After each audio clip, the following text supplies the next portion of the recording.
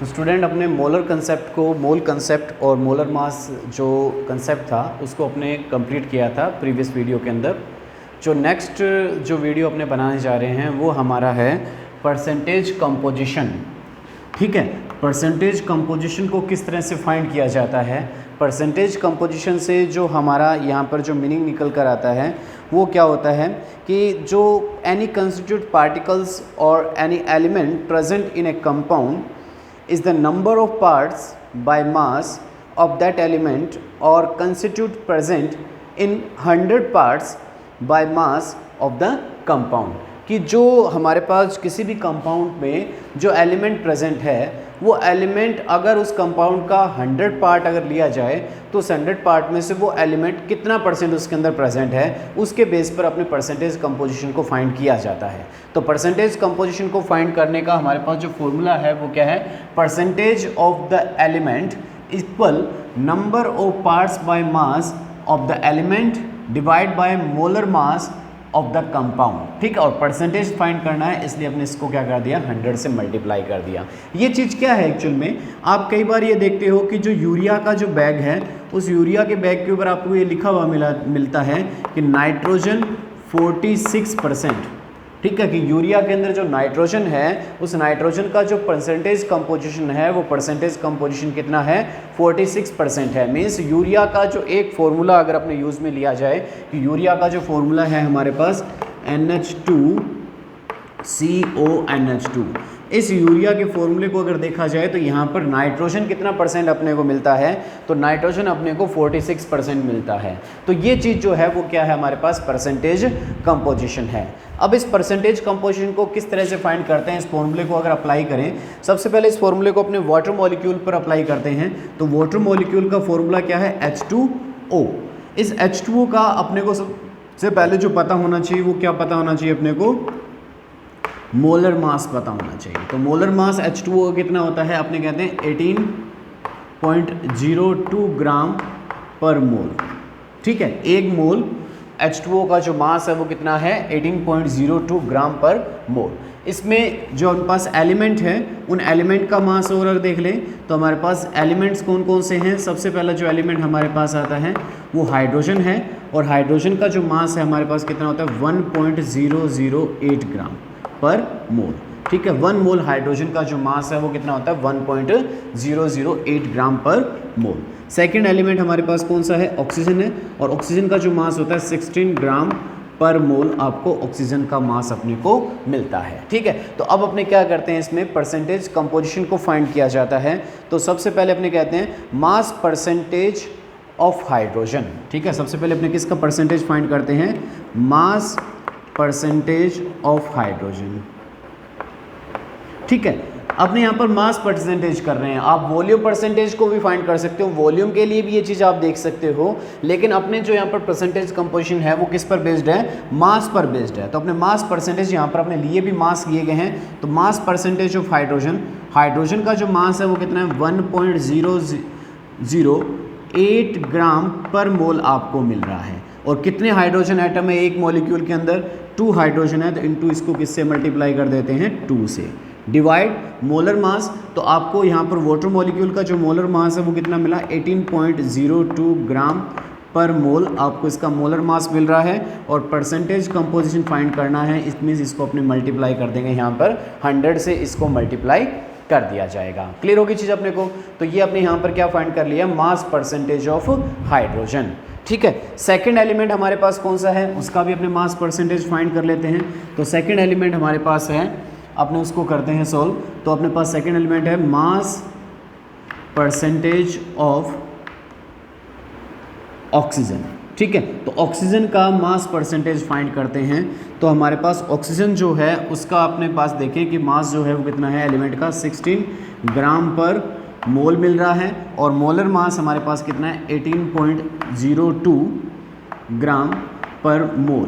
ठीक है, और अपने को यहाँ पर क्या फाइंड करना है, परसेंटेज वैल्यू, तो इसको मल्टीप्लाई कर देते हैं हमने कितने से, 100 से मल्टीप्लाई कर दिया जाएगा। तो यहाँ पर जब इसको सॉल्व करेंगे, सबसे पहले हाइड्रोजन को अगर सॉल्व किया जाए तो यहाँ पर जो हाइड्रोजन की जो वैल्यू आ रही है वो कितनी आ रही है हमारे पास, 11.18 आ जाएगा है आपके यहाँ पर रिजल्ट 11.18% आपको क्या मिल जाएगा, हाइड्रोजन। और यहाँ से जब ऑक्सीजन वाला जो मास परसेंटेज अगर अपने सॉल्व करते हैं तो अपने को कितना मिलता है, 88.79% आपको क्या मिल जाएगा, यहाँ पर ऑक्सीजन का मास परसेंटेज मिल जाएगा। तो अपने यहाँ पर 100 लेकर चले थे, उस 100 में से अगर बाय मास देखा जाए कि वाटर मॉलिक्यूल का जो टोटल मास है आपके पास कितना है, 18.02 है, उसमें से हाइड्रोजन का जो बाय मास परसेंटेज आपको कितना मिला, 11.18% मिला। और सेकंड जो आपके पास जो एलिमेंट है वो कौन सा है हमारे पास, ऑक्सीजन। तो ऑक्सीजन का जो मास परसेंटेज आपको मिला वो 88.79% आपको ऑक्सीजन का मास परसेंटेज मिल जाता है।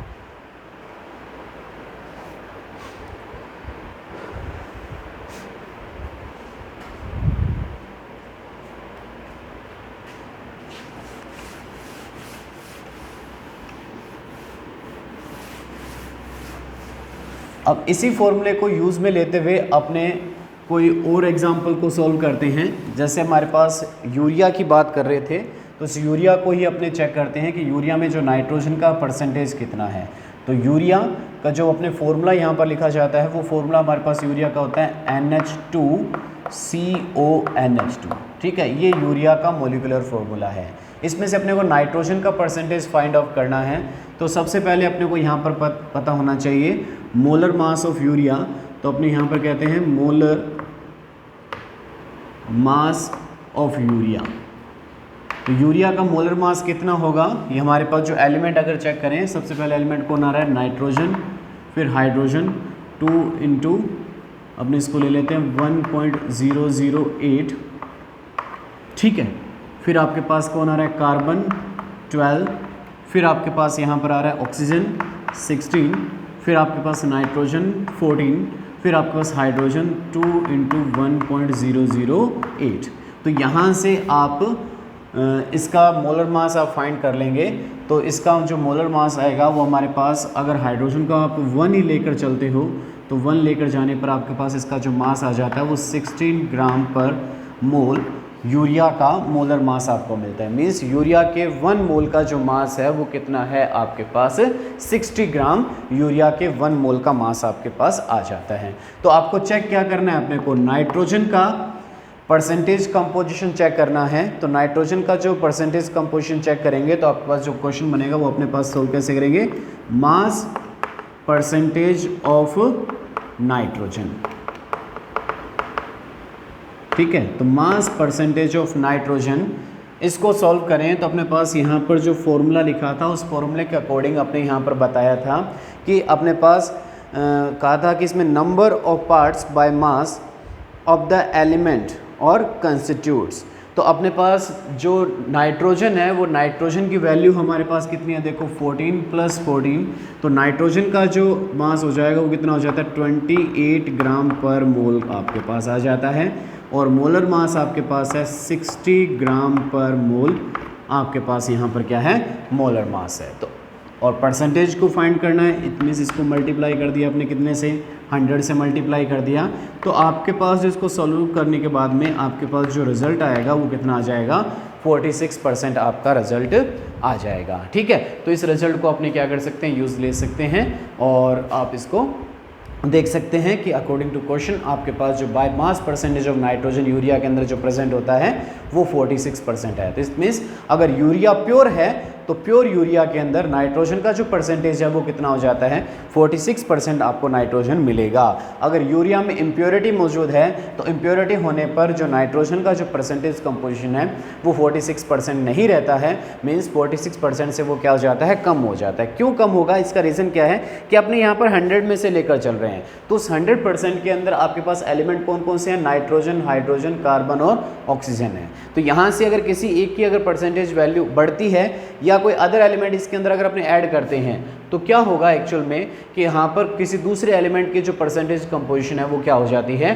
कम हो जाती है। तो इससे अपने किसी एलिमेंट की प्योरिटी के बारे में भी अपने परसेंटेज कंपोजिशन से बता सकते हैं कि वो एलिमेंट प्योर है या उसके अंदर किसी टाइप की इम्प्योरिटी उसमें मिक्स की गई है। इसी टाइप का एक आपको क्वेश्चन आपको देते हैं कि आपके लिए जो क्वेश्चन है वो है कि आपके पास एक मैं यहाँ पर कंपाउंड कहता हूँ, वो कंपाउंड है सोडियम सल्फेट Na2SO 4 ये कंपाउंड है। इस कंपाउंड के अंदर आपको जो एलिमेंट है कौन कौन सा, नाइट्रोजन, सल्फर और ऑक्सीजन, इन तीनों एलिमेंट की आपको परसेंटेज कंपोजिशन की वैल्यू को फाइंड करना है कि इसमें नाइट्रोजन और सल्फर, सॉरी नाइट्रोजन की जगह सोडियम, ठीक है, सोडियम, सल्फर और ऑक्सीजन जो एलिमेंट हैं, इन तीनों एलिमेंट्स की आप परसेंटेज कंपोजिशन की वैल्यू को फाइंड करें कि इसमें सोडियम कितना परसेंट है, सल्फर कितना परसेंट है और इसमें ऑक्सीजन की परसेंटेज वैल्यू कितनी है। नेक्स्ट जो टॉपिक है वो हमारे पास है empirical formula and molecular formula. ठीक है, तो दोनों को देखते हैं कि एम्पेरिकल फार्मूला क्या है और मॉलिक्यूलर फार्मूला क्या है। ठीक है, इन दोनों को अगर अपने एक्सप्लेन करते हैं तो सबसे पहले जो डेफिनेशन दी गई है वो हमने लिखी है यहाँ पर, एम्पेरिकल फार्मूले की डेफिनेशन दी है। एम्पेरिकल फार्मूले की जो अपने डेफिनेशन क्या दी है वो लिखिए, it is the chemical formula of a compound which expresses the simplest whole number ratio. ठीक है, यहाँ पर जो मेन चीज़ है वो इस फॉर्मूले की क्या है, वो है simplest whole number ratio of the atoms of the various element present in one molecule of that compound। Meaning अपने कह सकते हैं कि कोई भी मॉलिक्यूल या जो कंपाउंड है उस कंपाउंड में जो एलिमेंट्स प्रेजेंट है उन एलिमेंट्स का जो सिंपल वोल रेशियो है, उस सिंपल वोल रेशियो से जो अपने पास जो फॉर्मूला बनेगा उस फॉर्मूले को अपने नाम क्या देंगे, एम्पेरिकल फार्मूला कहा जाएगा। क्लियर है चीज़? तो एम्पेरिकल फार्मूला क्या हो गया, किसी मॉलिक्यूल्स के अंदर जो एलिमेंट्स का जो सिंपल वोल नंबर रेशियो जो है, उन एटम का सिंपल वोल रेशियो नंबर क्या होता है, हमारे पास एम्पेरिकल फार्मूला होता है।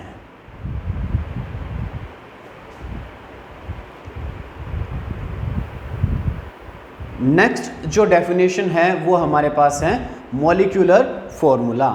ठीक है, तो मॉलिक्यूलर फार्मूला क्या है, इसको अगर एक्सप्लेन करें तो वो क्या कह रहा है मॉलिक्यूलर फार्मूला में अपने को, it is the number, it is the chemical formula of a compound which expressed, या आप कह सकते हैं which represent the true formula of its molecule. ठीक है, तो इसमें जो मेन चीज़ है, represent the true formula of its molecule, it expresses the actual number of atoms of various elements. यहाँ पर क्या है कि उस मॉलिक्यूल्स के अंदर जो एटम का जो एक्चुअल नंबर है उस एक्चुअल नंबर को रिप्रेजेंट करता है मॉलिक्यूलर फार्मूला। बट जो एम्पेरिकल फार्मूला है वो क्या करता है कि सिंपल वोल नंबर रेशियो को रिप्रेजेंट करता है। ठीक है, दोनों में डिफरेंस ये है कि मॉलिक्यूलर फार्मूला किसी भी कंपाउंड में जो एलिमेंट प्रेजेंट है उन एलिमेंट्स का जो एक्चुअल नंबर जो है, उन एटम का जो एक्चुअल नंबर है उसको रिप्रेजेंट करता है। बट जो एम्पेरिकल फार्मूला है वो किसी इसको रिप्रेजेंट करता है, सिंपलेस्ट होल नंबर को यहाँ पर रिप्रेजेंट करेगा। तो आपने कहा कि actual number of atom of various elements present in one molecule of that compound. तो ये हमारे पास मॉलिक्यूलर फार्मूला की डेफिनेशन हो जाती है।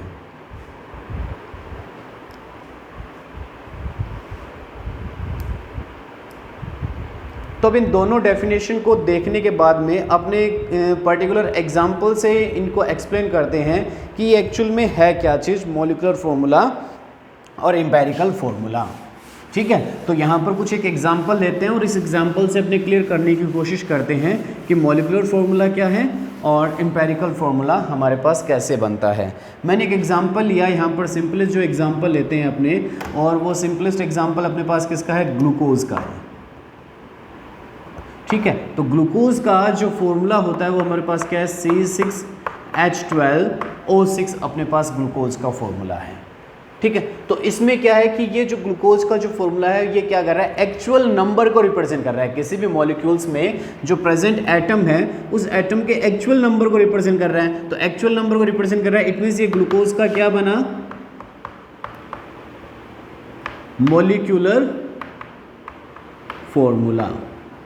तो ये ग्लूकोज का हमारे पास क्या है, मॉलिक्यूलर फार्मूला है। अब अपने क्या है, इसको सिंपलेस्ट वोल नंबर के अंदर अगर इसको रिप्रेजेंट करें तो सिंपलेस्ट वोल नंबर रेशियो जो इसका होगा वो क्या होगा, CH2O। तो ये जो CH2O जो इसका बना वो कैसा फॉर्मूला बन गया इसका, एम्पेरिकल फॉर्मूला। ठीक है, तो ये इसका क्या बन जाता है, एम्पेरिकल फॉर्मूला बन जाता है। तो ग्लूकोज के अपने यहाँ पर दो टाइप के फॉर्मूलाज देखें। फर्स्ट जो फॉर्मूला है वो मॉलिक्यूलर फॉर्मूला है जो एक्चुअल नंबर को रिप्रेजेंट कर रहा है, बट जो CH2O जो लिखा है वो क्या है, सिंपलेस्ट वोल नंबर रेशियो है हमारे पास, जो सिंपलेस्ट वोल नंबर रेशियो किसको रिप्रेजेंट करता है, एम्पेरिकल फॉर्मूले को रिप्रेजेंट करता है। ठीक है, इसी तरह का आपने एक एग्जांपल और लिया इन दोनों को एक्सप्लेन करने के लिए, वो एग्जांपल है हमारे पास एसिडिक एसिड। तो एसिडिक एसिड का अगर फॉर्मूला देखा जाए तो एसिडिक एसिड का फॉर्मूला क्या बनता है हमारे पास, CH3COOH। तो इसको अगर कंडेंस्ड फॉर्मूले में अगर कन्वर्ट करता हूँ तो वो हो जाता है C2H4O2। ठीक है, कार्बन दो थे, इन दोनों को आपने इकट्ठा कर दिया, कंडेंस कर दिया, हाइड्रोजन 4 कर दिए। तो ये जो फॉर्मूला बन रहा है जिसमें एक्चुअल नंबर को रिप्रेजेंट कर रहा है, तो एक्चुअल नंबर को रिप्रेजेंट कर रहा है, इट मींस ये जो फॉर्मूला हुआ हमारे पास कैसा हुआ, मॉलिक्यूलर फॉर्मूला हुआ। ठीक है, अब इसका सिंपलेस्ट वोल नंबर रेशियो जो बनेगा वो सिंपलेस्ट वोल नंबर रेशियो क्या बनेगा, CH2O बन गया। इट मींस ये इसका क्या बन गया, एम्पेरिकल फॉर्मूला बन गया। ठीक है, तो ये एसिडिक एसिड का मॉलिक्यूलर फॉर्मूला और एम्पेरिकल फॉर्मूला हुआ। अब यहाँ पर आप नोट करो कि ग्लूकोज और एसिडिक एसिड दोनों का जो एम्पेरिकल फॉर्मूला है वो क्या है, सेम है, लेकिन दोनों का जो मॉलिक्यूलर फॉर्मूला है वो मॉलिक्यूलर फॉर्मूला दोनों का क्या है, डिफरेंट टाइप का मॉलिक्यूलर फॉर्मूला है। तो अपने एक एग्जांपल में भी देख सकते हैं कि यहाँ पर देखा कि इसका मतलब अपने देखने को मिला कि किसी भी मॉलिक्यूल या कंपाउंड का जो मॉलिक्यूलर फॉर्मूला और एम्पेरिकल फॉर्मूला क्या होता है, डिफरेंट होता है। ये हमेशा ज़रूरी नहीं है कि किसी भी कंपाउंड या मॉलिक्यूल का मॉलिक्यूलर फॉर्मूला और एम्पेरिकल फॉर्मूला डिफरेंट हो, वो सेम टाइप के भी हो सकते हैं। अब सेम टाइप के कैसे हो सकते हैं, इसके लिए अपने इसको एक्सप्लेन करने के लिए अपने जो एग्जाम्पल लेता हूँ, मैं एग्जाम्पल लिया किसका, वाटर का। तो वाटर के एग्जाम्पल में अगर आपने देखें तो वाटर का जो फॉर्मूला है हमारे पास वो क्या होता है, H2O। तो H2O जो आपने फॉर्मूला लिखा वो H2O फॉर्मूला इसका कैसा हुआ हमारे पास, मॉलिक्यूलर फॉर्मूला हुआ। ये कौन सा फॉर्मूला है इसका, मॉलिक्यूलर फॉर्मूला है, क्योंकि आपने कहा कि एक्चुअल नंबर को रिप्रेजेंट कर रहा है। अब अपने देखें कि इसका एम्पेरिकल फॉर्मूला क्या होगा, तो अपने देखें इसका सिंपलेस्ट वोल रेशियो भी यही है, इससे ज़्यादा सिंपल इसको अपने और नहीं कर सकते। तो इसका मतलब H2O जो है वो वाटर का क्या है, एम्पेरिकल फॉर्मूला भी है। तो यहाँ पर क्या हुआ कि ये जो फॉर्मूला बना H2O, वो H2O मॉलिक्यूलर फॉर्मूला भी है और एम्पेरिकल फॉर्मूला भी है। इसका मतलब ये भी हो सकता है कि मॉलिक्यूलर फॉर्मूला और एम्पेरिकल फॉर्मूला क्या आ जाए, सेम आ जाए। ठीक है, तो हमेशा ये ज़रूरी नहीं होता है कि मॉलिक्यूलर फॉर्मूला और एम्पेरिकल फॉर्मूला डिफरेंट हो, वो सेम टाइप के भी हो सकते हैं। ठीक है, अब इसी तरह के अपने और एग्जाम्पल भी देख सकते हैं। आपने कहा यहाँ पर जो एग्जाम्पल लिया आपने,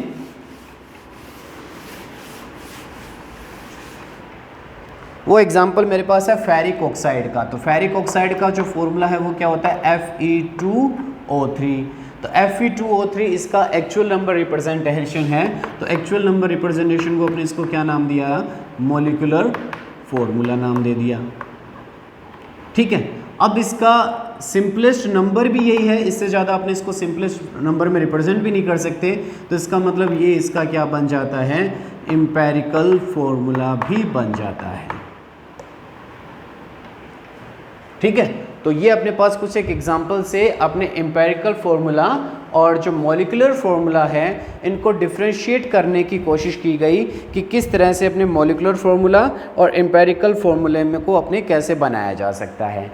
अब अपने कहते हैं इन दोनों में रिलेशन देखें कि इन दोनों के अंदर रिलेशन क्या है, एम्पेरिकल फॉर्मूला और मॉलिक्यूलर फॉर्मूले में जो अपने पास रिलेशन क्या है।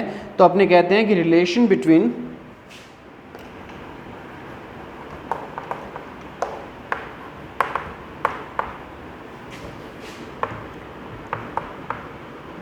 molecular formula and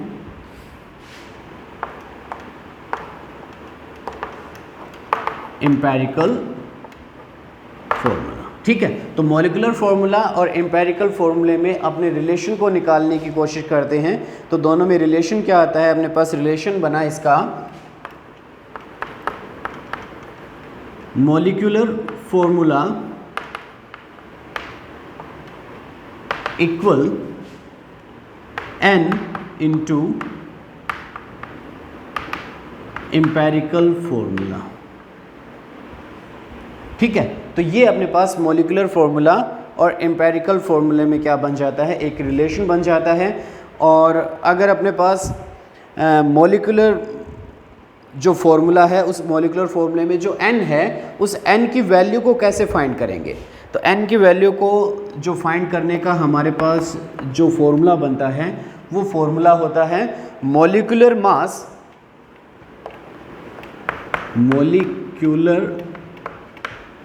mass divide by empirical formula mass. तो इस फॉर्मूले से अपने क्या फाइंड कर लेते हैं, n की वैल्यू फाइंड कर लेते हैं, जिसका मल्टीप्लिकेशन अपने एम्पेरिकल फॉर्मूले में के अंदर कर कर मॉलिक्यूलर फॉर्मूले की वैल्यू को अपने को फाइंड करना है। ठीक है, अब कई जगह क्या होता है, अपने को मॉलिक्यूलर मास नहीं दिया होता, तो अगर अपने को मॉलिक्यूलर मास अगर नहीं दिया गया है तो अपने मॉलिक्यूलर मास को की जगह अगर अपने को क्या दी हो, वेपर डेंसिटी दी हो, तो अपने वेपर डेंसिटी से मॉलिक्यूलर मास को कैसे फाइंड किया जाएगा, तो उसका जो फॉर्मूला होता है molecular mass equal 2 into vapour density. ठीक है, तो इस फॉर्मूले से अपने क्या फाइंड आउट किया जा सकता है, मॉलिक्यूलर मास की वैल्यू को भी फाइंड आउट किया जा सकता है। तो इस तरह से अपने यहाँ पर रिलेशन देखा एम्पेरिकल फार्मूला और मॉलिक्यूलर फार्मूला में। जो नेक्स्ट जो लेक्चर होगा उसके अंदर अपने किस तरह से इनके ऊपर अपने न्यूमेरिकल आ सकते हैं, उन न्यूमेरिकल्स को करेंगे।